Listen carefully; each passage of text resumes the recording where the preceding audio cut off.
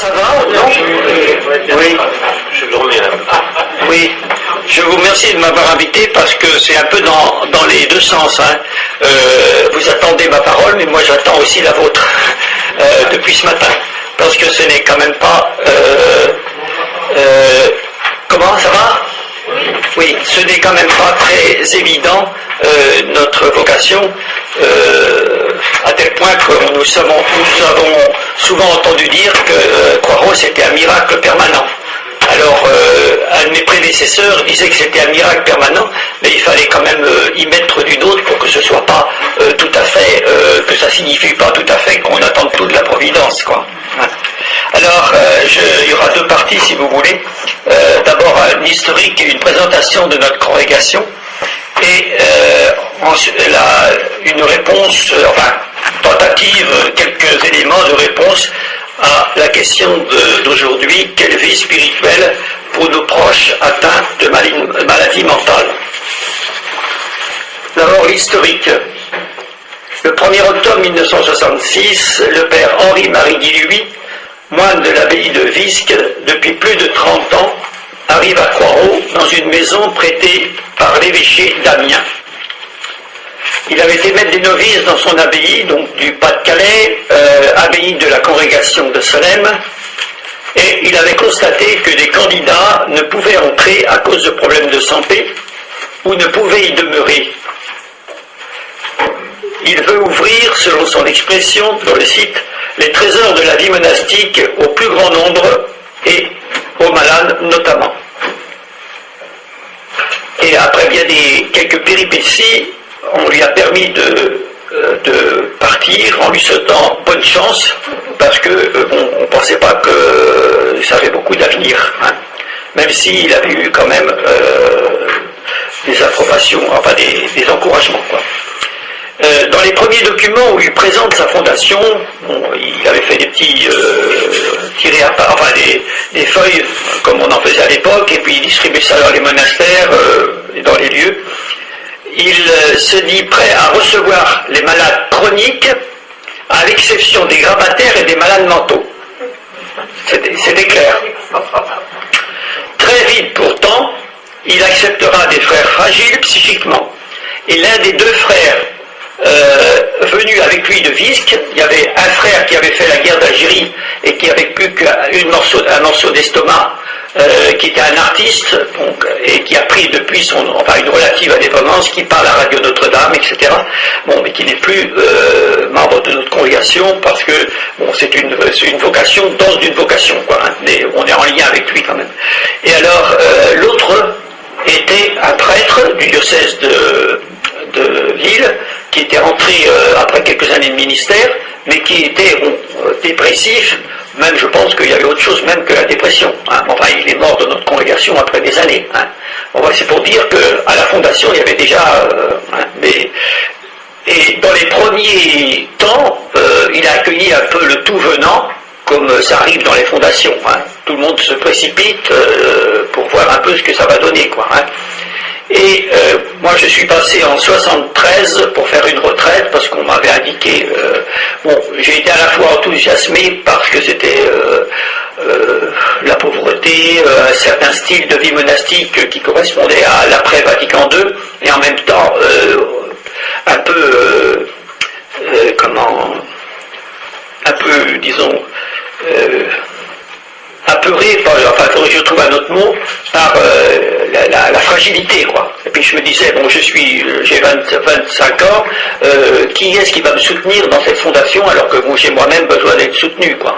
Et finalement j'ai fait le choix d'entrer à Saint-Vendry, hein, qui évidemment avait et puis donc j'avais bien vu en 73 que c'était assez hétéroclite comme recrutement, et puis qu'il y avait des frères qui étaient certainement fragiles d'un point de vue mental, hein, c'était clair. Hein. Et quand je suis au bout de 6 ans de vie monastique à Saint-Vendry, on m'a demandé un petit peu d'éclaircir mes motivations. En fait, il y a plusieurs choses qui ont joué. Au moment de ma profession solennelle, j'ai demandé à renouveler mes vœux parce que je ne me sentais pas prêt à m'engager à Saint-Vendry surpris, parce qu'en fait, m'était revenue l'idée de Croix-Haut. Hein. Donc je ne savais plus trop quoi faire. En même temps, je commençais à avoir des... ma mère était dépressive et donc j'ai hérité un peu d'elle, donc forcément, voilà. Hein. Donc je commençais à avoir des problèmes avec le sommeil, etc., etc. Donc les deux choses se sont un peu conjuguées. Et puis, disons que j'ai moi-même aussi, dans ma famille, un cousin, Germain, qui à la naissance, a eu un problème à l'accouchement, et donc il n'a jamais marché. Hein. Alors c'est un genre de myopathie, mais qui n'a pas évolué trop rapidement. Il est mort il y a 2 ans, le 15 juin, à 58 ans. Hein. Mais enfin, disons que j'ai vécu avec lui, et tout jeune, j'ai été sensibilisé au handicap physique. Là, c'était un handicap physique, mais enfin, disons que, voilà, ça m'a un peu conditionné, si on peut dire. Et bon, je voyais dans l'évangile aussi que Jésus, il y avait quand même pas mal de malades autour de lui, quoi. Disons que, et j'aimais beaucoup Saint Landry, je l'aime encore parce que j'y ai reçu toute ma formation et j'y vais de temps en temps. Mais bon, c'est vrai que parmi mes camarades de noviciat, nous étions plutôt une certaine élite. Faut bien reconnaître. Au point de vue famille, au point de vue éducation, c'est un peu clair. Évidemment, à Croix-Haut, c'était pas tout à fait ça. C'était bon. Voilà. Donc finalement, après beaucoup avec un accompagnement très fort du père abbé de Saint-Landry qui m'a beaucoup aidé, ça n'était pas facile. Donc je suis entré à Croix-Haut et j'y suis resté.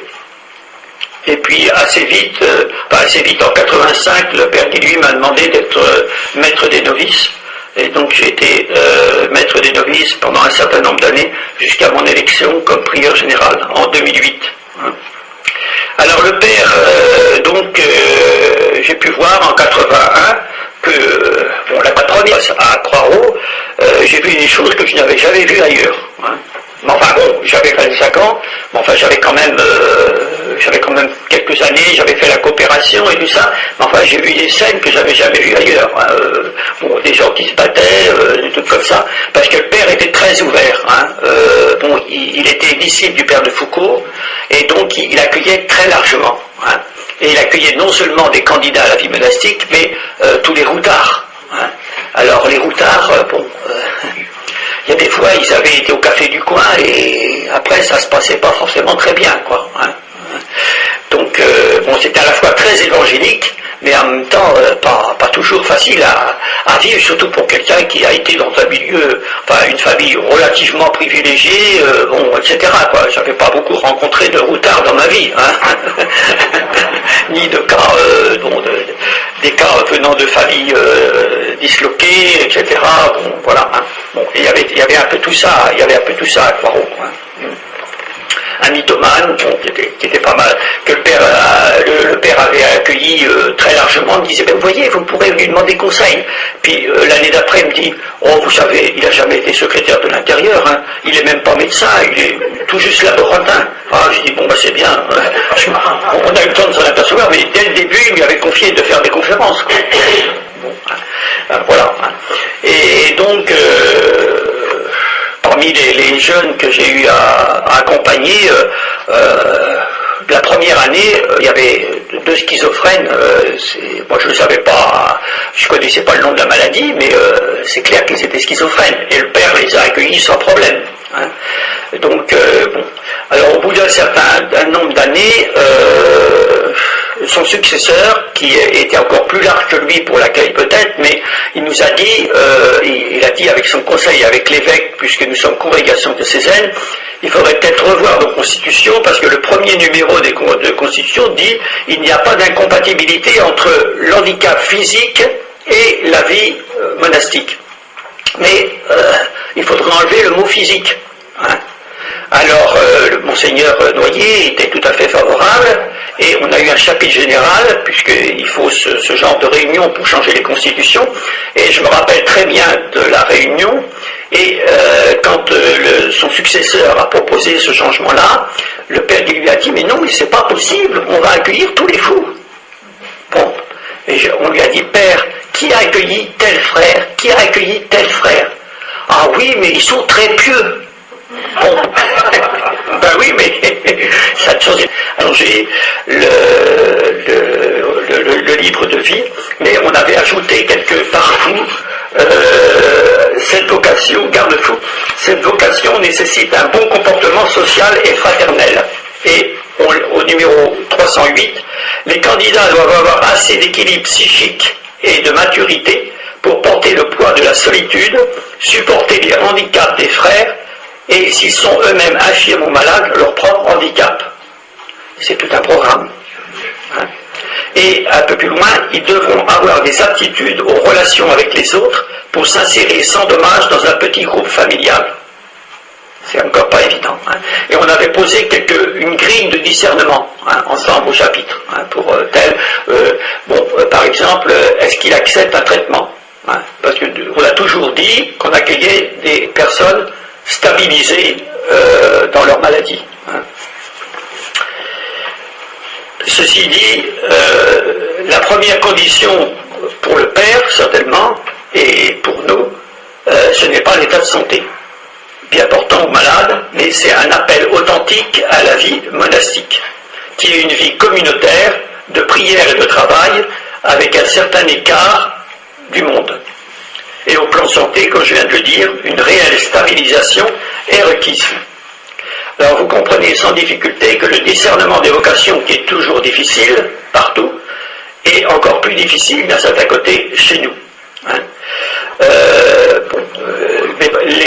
Mes prédécesseurs s'y sont employés, moi-même quand j'étais maître des novices, mais j'avoue que je n'ai pas forcément pratiqué un très bon discernement, parce que d'abord j'étais pas très bien à ce moment-là, et moi-même, et en plus de ça, j'étais un peu entre l'enclume et le marteau.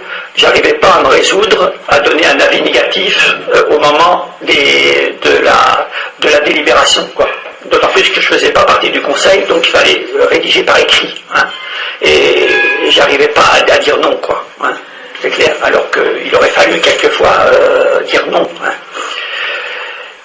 Et comme le supérieur général était extrêmement large, c'est beaucoup dire, mais enfin il pouvait porter beaucoup. Hein. Alors mais tout le monde ne pouvait pas porter beaucoup. Hein.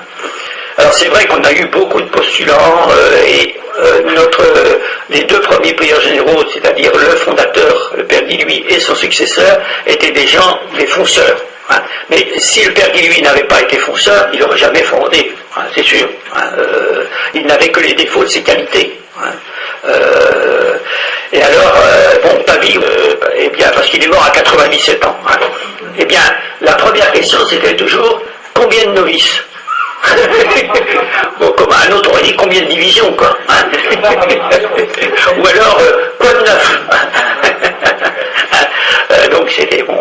Alors on a ouvert pas mal de prieurés, je pense, nous pensons, je pense que je ne suis pas le seul, trop de prieurés, hein, en se basant sur les effectifs de postulants et de novices. Hein.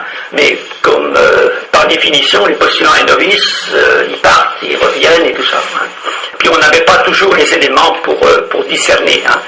Alors, en fait, on a cheminé avec des psychiatres pendant longtemps, etc., on chemine encore, mais après avoir cheminé un peu quelques années avec l'AMAR, je ne sais pas si certains connaissent, c'est l'aide médicale aux religieux, fondée par le père Plé dans les années 60, qui se proposait d'aider au discernement pour les prêtres, les religieux, et également les prêtres et les religieux qui étaient en difficulté. Hein. Donc pendant quelques années, on a envoyé nos candidats pour rencontrer l'équipe de l'AMAR. Mais l'AMAR s'est dissoute finalement pour différentes raisons. Donc on se retrouvait sans... Et puis c'était bien, moi-même j'ai passé l'AMAR en 72, mais c'était 3 rencontres, hein, avec un psychiatre, un psychologue et un prêtre un peu averti, quoi. Et après, il rendait la réponse. Oui, non, 3 lignes. Par exemple, moi, on m'avait dit, parce que j'avais fait un essai en Chartreuse, bon, évidemment, ça dépassait mes limites, mais évidemment, après, j'étais quand même un peu bousculé. On m'avait dit, pas d'objection pour la vie religieuse, mais attendre 3 ans. Et de fait, j'ai attendu 3 ans. j'ai pris un travail, tout ça, mais j'ai attendu 3 ans. Hein, ça s'est réalisé. Mais forcément, c'est un peu court, 3. Et moi, j'ai vu un candidat qu'on vient d'admettre à la profession perpétuelle, il l'avait refusé. Hein, il l'avait refusé. Hein. Et donc, on l'a accepté parce que le maître des postulants a dit c'est quand même dommage, c'est quand même dommage. Donc, on lui a refait faire un autre postulat dans une autre maison. Et on a redemandé qu'il soit suivi par un psychiatre qui, lui, l'a vu pendant 1 année et qui a rendu un avis différent de Lamarre. Mais il n'empêche qu'on lui a fait faire le bilan de personnalité avant la profession perpétuelle, qui va avoir lieu cette année, et notre psychologue a rendu un bilan très nuancé. Et donc, au conseil d'avril, on a eu beaucoup de mal à se décider. On a retéléphoné à la psychologue, on a reparlé, elle a reparlé avec sa collègue, et finalement, on l'a accepté. Hein. Mais bon, c'est pas... voilà, c'est pas facile. Hein.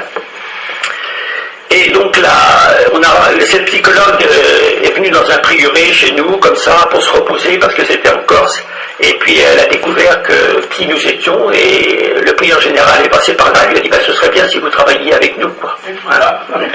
Donc on lui a confié une mission en 2007, hein, avec l'évêque d'Amiens, et elle travaille toujours avec nous. Alors quelle est la mission qu'elle a reçue?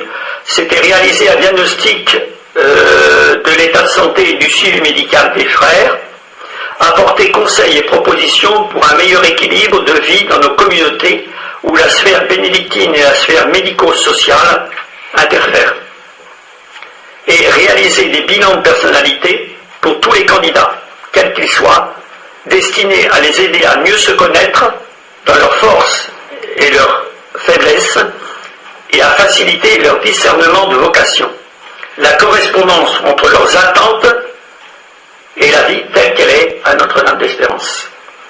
Et ces bilans, bien sûr, doivent aider les supérieurs de la congrégation dans l'accueil des candidats. Et alors, quand elle a, évidemment, au niveau des prieurés, elle continue à visiter des prieurés, elle a exigé, si on peut dire, que nous ayons intervention d'infirmières, c'est surtout des infirmières libérales dans tous les prieurés, parce qu'avant c'était un frère qui distribuait les médicaments, c'était quand même pas très fiable, surtout que le frère souvent avait un traitement lui-même. Alors, donc là on est suivi quand même, et puis de toute façon tous les frères qui en ont besoin ont un psychiatre, hein, voilà. Alors, évidemment, oui, les motivations sont forcément variées, et c'est pour ça que cette démarche-là nous aide quand même. Et puis, il y a autre chose qui est intervenue depuis 1966, depuis les premiers accueils par le Père, c'est qu'il y a eu l'apparition de groupes de lieux de vie d'inspiration chrétienne qui accueillent des personnes ayant des problèmes psychiques, ce qui n'existait pas en 66. Hein. Donc, entre la congrégation, l'hôpital ou l'appartement thérapeutique, il n'y avait pas beaucoup de choix. Hein. Il y a un candidat sur lequel on n'est partagé, on n'est pas trop sûr. Hein, et je lui ai expliqué, je lui ai dit, écoute, hein, il ne faut pas que ce soit, ça ne peut pas être une vocation refuge. Hein. Même si tu as un grand désir, etc., il faut que si ça ne marche pas chez nous, tu ne te retrouves pas sans projet. Hein. Donc, je te demande, comme condition pour continuer, pour entrer au postulat, d'aller aux demeures des sources vives à Lourdes. Ah, ça s'appelle Aigues Vives. C'est un lieu de vie d'inspiration chrétienne pour des personnes ayant des problèmes psychiques. Hein. Mais bon, je veux dire qu'ils sont pas c'est pas une vie monastique, c'est pas une vie religieuse. Hein, mais bon, simplement, il y a quand même un esprit, hein, quelques esprits. Et donc il y est en ce moment, et au moins il aura le choix. Et on a même dans ce lieu-là, ça se trouve comme ça, hein, on a 2 frères qui ont passé 10 ans chez nous, hein, et puis un postulant, la psychologue avait dit, il ne faut surtout pas l'accepter. Il est schizophrène, il est docteur en pharmacie, Mais elle nous a dit, ou bien il se fera mal, ou bien il fera mal aux autres. Mais bon, ça ne se voyait pas automatiquement. Hein. Un peu figé, bien sûr, mais enfin bon. Hein. Et il s'est battu pour rester. Mais enfin, maintenant, il est à Lviv et il trouve à peu près un équilibre, quoi. Hein. Et les deux autres, c'est pareil. Moi, les deux autres, enfin, j'ai été leur maître des novices. Bon, moi, je les ai appréciés. Mais l'un était bourré de scrupules, lié à une situation familiale, à un divorce de ses parents. Puis l'autre chose peut-être, hein. Et puis l'autre également, séparation de ses parents, et il est toujours divisé entre la famille et l'autre famille, quoi. Et donc il n'a jamais pu faire l'unité de sa vie, quoi, hein. Et donc je vois bien, à la fin de son séjour chez nous, c'était une loque, il se lavait plus, il faisait des fugues, là maintenant il est propre, il retrouve l'autonomie de sa vie, quoi. Hein.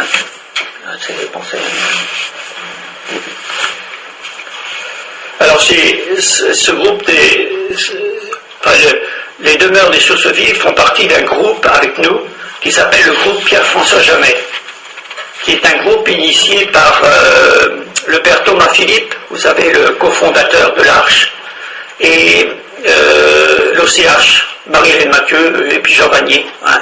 Parce que le père Thomas Philippe, je crois que c'est lui qui avait poussé au départ, il a dit, bon, il y a quand même pas mal de lieux de vie qui commencent à naître, dont l'Arche, pour des personnes ayant des problèmes psychiques. Ce serait bien que ces lieux de vie se rencontrent pour Pierre-François Jamet, parce que Pierre-François Jamet, qui est bien heureux maintenant, est un prêtre de Caen, qui a été recteur de l'université de Caen, mais qui a fondé ou restauré, je ne sais plus exactement, l'hôpital du Bon Sauveur à Caen, qui est un hôpital psychiatrique.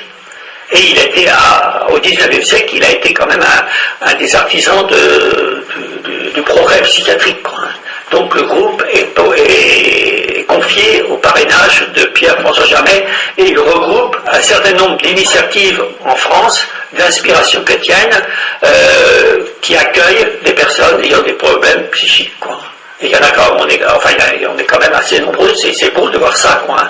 Alors c'est différent, bon, il y a des profils tout à fait différents comme nous qui sommes religieux, et puis bon, les béatitudes, des lieux de vie comme le village Saint-Joseph en Bretagne, la propriété de Dieu, des communautés un peu charismatiques comme, enfin la béatitude, mais je veux dire à Strasbourg, comment ça s'appelle déjà, fondé par je sais plus.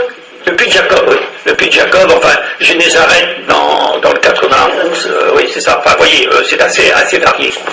Et les demeures des sources vives, voilà. Ouais. Et on se retrouve un week-end par an et puis on échange des candidats éventuels. Ouais. Alors, ça c'était un peu, si vous voulez, l'historique. Alors, quelle vie spirituelle pour nos proches atteints de maladie mentale?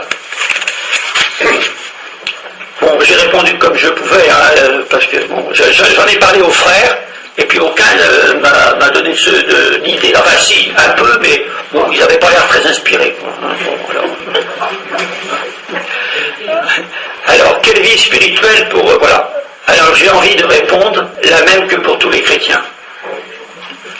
Mais avec la prière du pape Jean-Paul Ier. Je ne sais pas si vous la connaissez. Seigneur, prends-moi comme je suis et fais que je devienne comme tu veux que je sois. Et j'ajouterai, aide-moi Seigneur à me prendre comme je suis.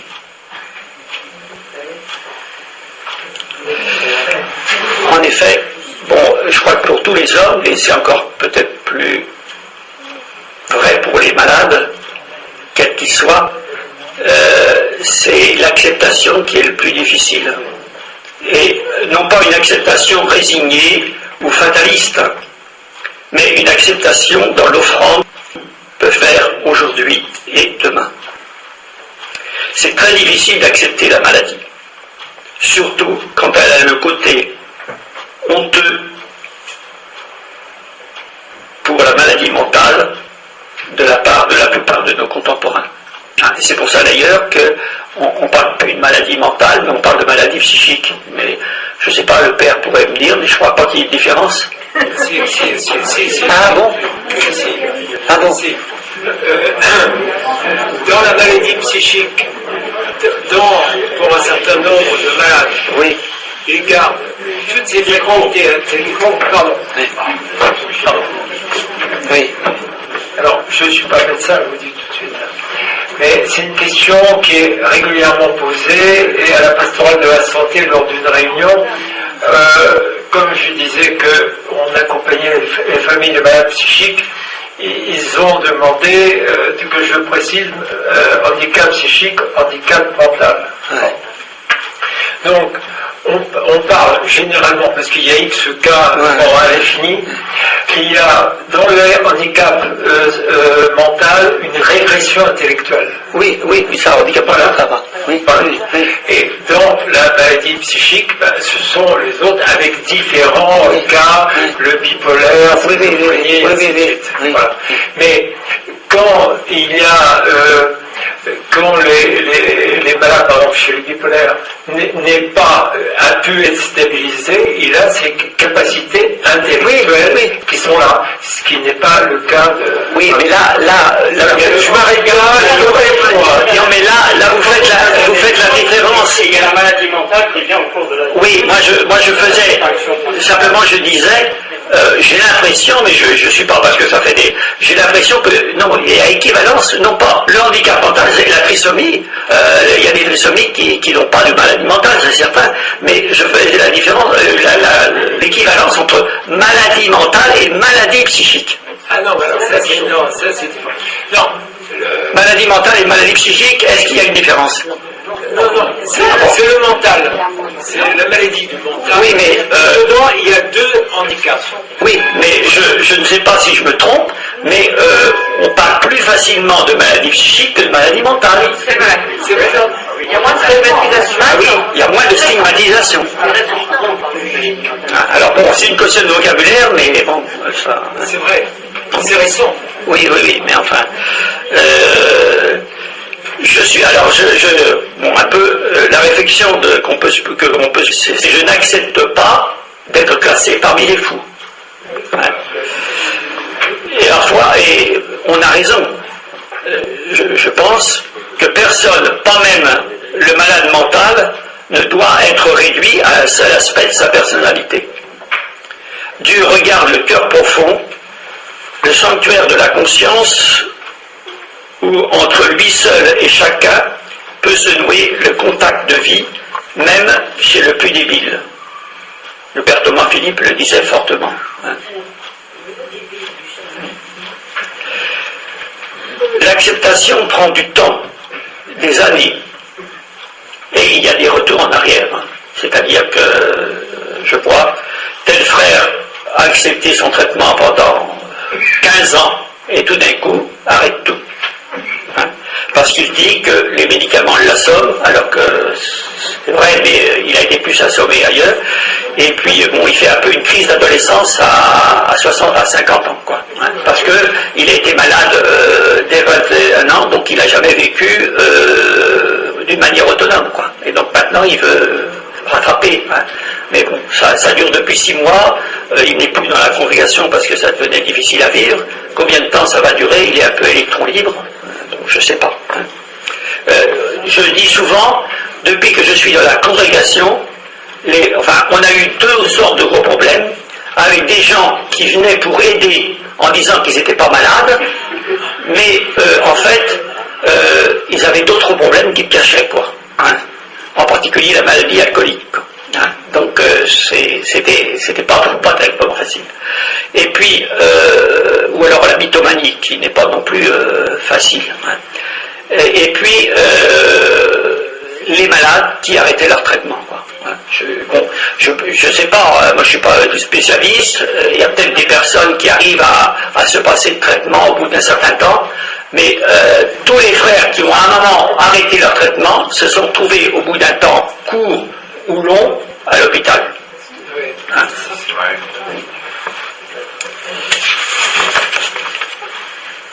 L'acceptation est sans doute une question d'humilité. Et sur ce point, certains de nos frères sont assez humbles pour se dire, en voyant un autre frère en crise, Lui aujourd'hui, moi demain. Plusieurs de nos frères ont été délirants. Ou dans quelques cas, le sont toujours un peu, malgré le traitement. Pour l'un, et si je profane, pour éviter... pour l'autre, canaliser son attirance pour les révélations privées, la multiplicité des dévotions plus ou moins reconnues.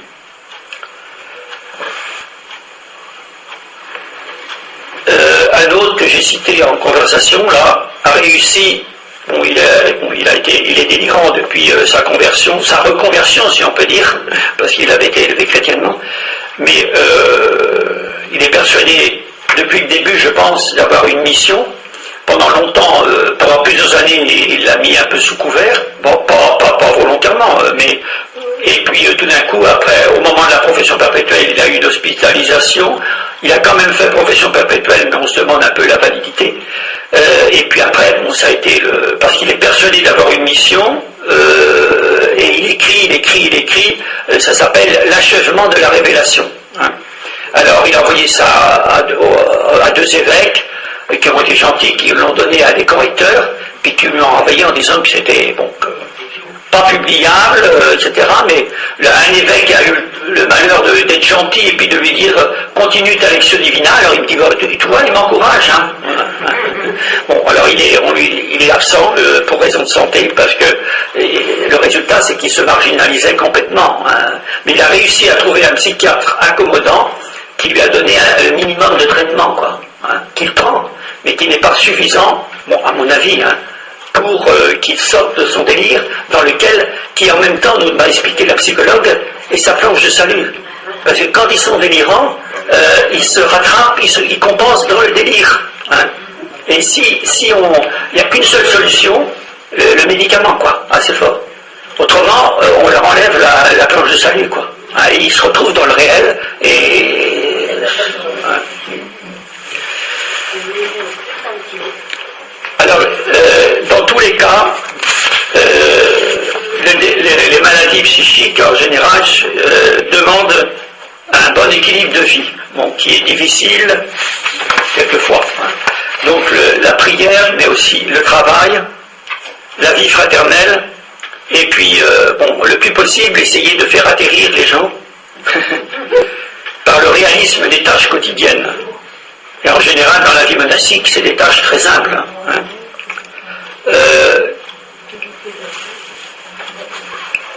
Et aider c'est vrai que l'autorité, vous savez, ça vient, je crois, enfin, c'est une des étymologies du verbe latin augeo, grandir, et donc aider. Et bon, certains prieurs de chez nous l'ont bien compris. Bon, il faut aider l'autre à grandir, même s'il est malade et tout ça, hein, parce que, bon, c'est vrai que souvent les malades ont une très piètre estime d'eux-mêmes.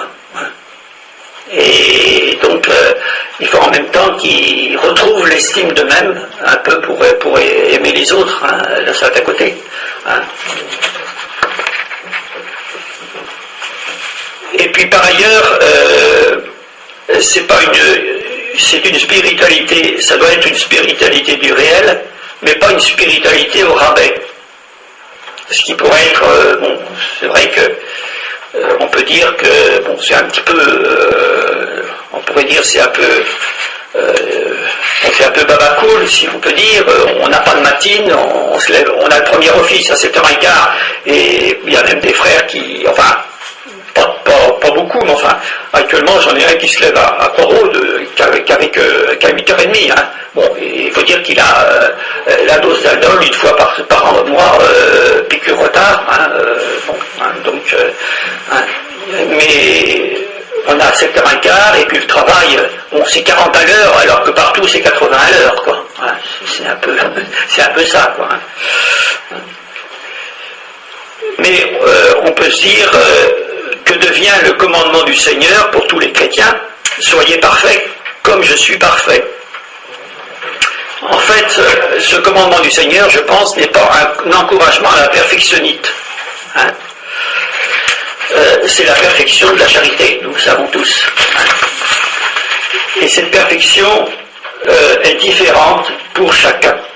Et je pense à ce que me disait le papa d'un épileptique qui nous a connus par l'intermédiaire de son fils, parce qu'il voulait trouver un milieu religieux, non pas pour que son fils entre, mais un milieu religieux où il puisse être accueilli avec son fils épileptique qui faisait des crises plusieurs fois par jour, quoi, hein, donc on ne peut pas aller partout, quoi, hein.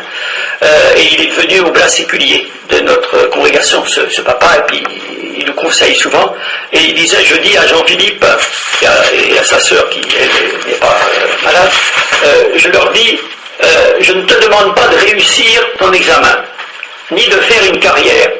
Simplement, fais ce que tu peux, tout ce que tu peux, et je serai content. Et moi, ça m'a paru très bon. Et c'est en ce sens-là, Sainte Thérèse de l'Enfant Jésus et de la Sainte Face, que notre fondateur nous a donné aussi comme modèle, nous aide bien.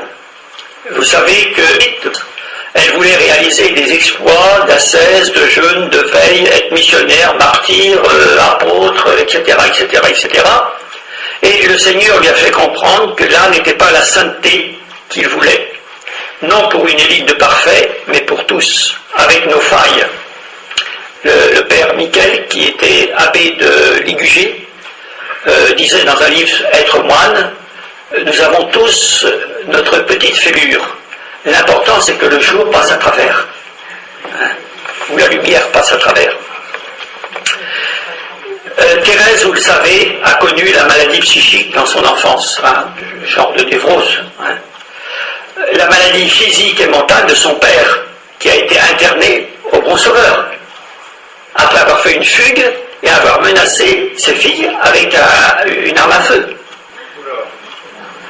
En fait, il y avait eu un anévrisme, je ne sais pas quoi, enfin, quelque chose. Enfin bon, il a été interné, il a quand même été interné plusieurs années au Bon Sauveur, et il n'a pu ressortir que parce que il est devenu il s'est retrouvé en fauteuil, donc on ne craignait plus qu'il fasse des fugues ou qu'il fasse des. Hein.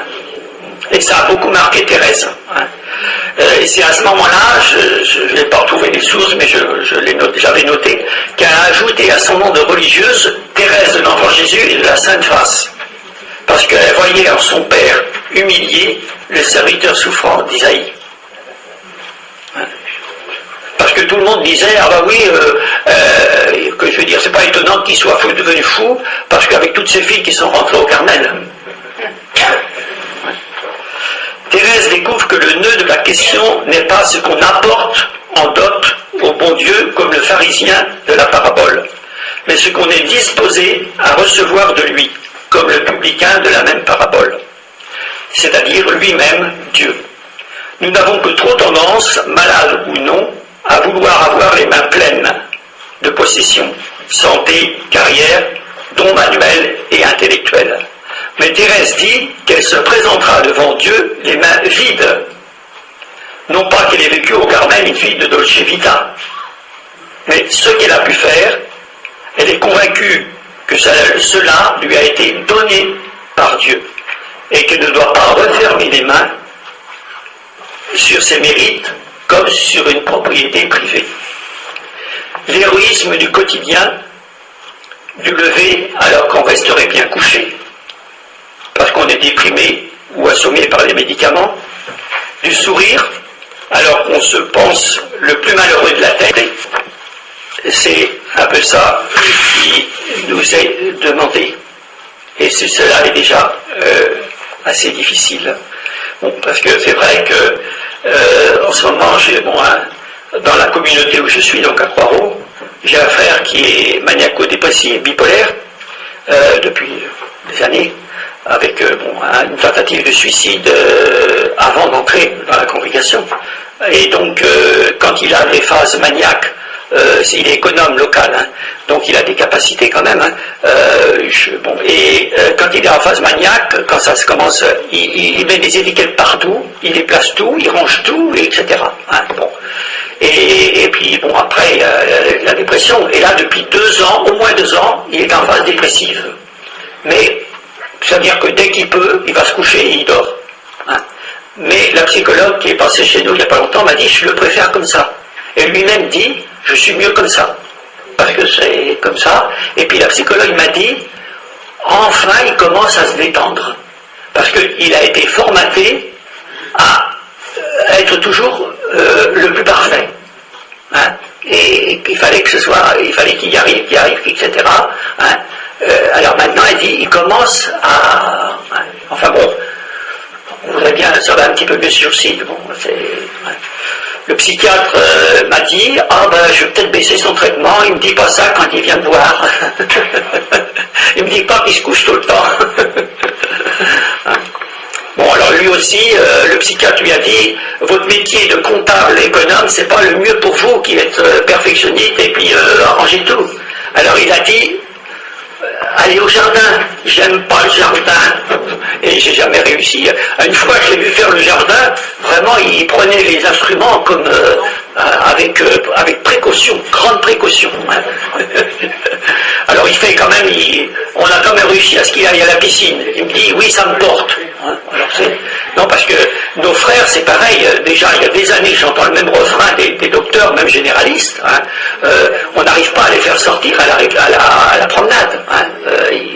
C'est la cellule, bon, hein, c'est le gros problème de les faire sortir de leur environnement. Hein. Et donc, voilà.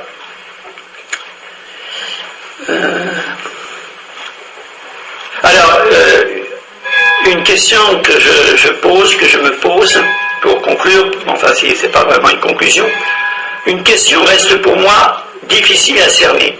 Et je parle à partir du comportement d'un frère, hein, qui est certainement schizophrène, avec 6 ou 7 années en hôpital psychiatrique. Hein. Bon, il y a assez longtemps, il est chez nous depuis 2000 quand même, mais je me pose une question récurrente à son propos. Qu'est-ce qui relève de la maladie? Qu'est-ce qui relève du caractère? Qu'est-ce qui relève de la mauvaise volonté? Et je n'ai pas vraiment de solution, parce que c'est vrai qu'il a quelquefois un comportement un peu à la marge pour de la vie monastique, et en même temps il a un grand désir de sauver les âmes, etc., etc. Mais qu'est-ce qui relève hein, qu'est-ce qui relève? J'ai posé la question au père Stéphane Joubert, qui est moine d'Oscan et puis qui est aumônier de l'hôpital de Clermont. Il m'a dit ça, c'est bien difficile pour répondre. Mais c'est difficile pour un supérieur, parce que quelquefois je me dis, bon, ça c'est déjà arrivé plusieurs fois que je lui passe un savon, même une fois le ton est monté et c'est un frère qui nous a séparés. Hein. Enfin bon, on n'était pas à la violence physique, mais on était dans la violence verbale, parce que bon, ça commençait à me porter sur le système, puis il y a un frère qui a dit arrêtez, ça va. Alors il a bien fait, hein. Mais la psychologue qui l'a vu m'a dit, attention, hein, n'allez pas trop loin, il est comme ça, il n'aurait peut-être pas dû rentrer, elle a dit, n'essayez pas trop de le pousser dans ses retranchements avec la rite monastique, mais essayez de lui dire, ben écoute, quand même, tu veux faire du bien, etc., tu veux essayer de le motiver de cette manière-là, à faire des progrès, etc. Hein. Mais bon, c'est difficile, parce que, bon, pourquoi est-ce que, bon, il y a des choses, c'est pareil, il fusionne avec un autre frère, qui lui aussi est malade. Alors lui dit qu'il a besoin que l'autre frère n'est plus malade, enfin, est beaucoup mieux depuis qu'il le chapeaute. Et puis l'autre frère, donc je sais pas, les deux ont besoin l'un de l'autre, quoi. Il travaille, il est à la porterie. Je découvre à la fin du mois qu'il a passé 9 heures avec sa famille au téléphone. Mais bon, c'est vrai que certaines personnes en souffrance ont une capacité à percevoir le bien que les autres leur procurent. Oui, nous, on a du mal, nous, il est important, entre guillemets, à se rendre aux autres, de percevoir et de sélectionner un peu les personnes qui leur font du bien. Ça, il faut. Ça fort, ça, oui. ils ont une façon d'apprécier le bien qu'on leur fait. Enfin, c'est bon, disons que on souhaite tous que, avoir un peu plus de candidats, on en a, mais un peu plus de candidats qui aient des problèmes physiques. Et un peu plus de candidats qui aient une bonne santé. Mais depuis 81, je suis dans la congrégation, je peux dire qu'il n'y en a pas beaucoup qui ont... Moi-même, j'ai un traitement, alors vous voyez. Donc, mais ça pose un gros problème parce que, disons que nous avons fermé des maisons. Je vous ai expliqué qu'on avait peut-être été un peu ambitieux, comme beaucoup de... Enfin, ambitieux. Bon, on avait peut-être été très accueillants. Bon, peu importe, hein, c'est comme ça, les fondations sont... C'est toujours une histoire, une fondation, il y a un charisme de la fondation, un charisme du fondateur. Bon, après, il y a une vitesse de croisière. Hein. Mais c'est vrai que les derniers prieurés qu'on a fermés, la question de l'évêque, ça a été... Combien avez-vous de prieurs qui tiennent la route? Alors on s'est regardé le conseil, on a dit, ah ben ça alors, on s'y attendait pas. Alors il nous a dit, vous me donnez un chiffre. Alors bon, on a regardé, on s'est regardé. Bon, on a dit, on avait 16 maisons à l'époque. Bon, on a dit, il y en a 12 à peu près qui tiennent la route. Ben vous fermez 4 maisons. Ah oui. Bon. Ah oui. Et actuellement, on est encore dans cette perspective-là, parce que on a quand même plusieurs prieurs qui ont des pathologies. Et c'est pas et on a 2 prieurs qui ont une pathologie assez lourde et qui sont parmi les meilleurs prieurs. Hein? Mais il n'empêche que bon. Hein?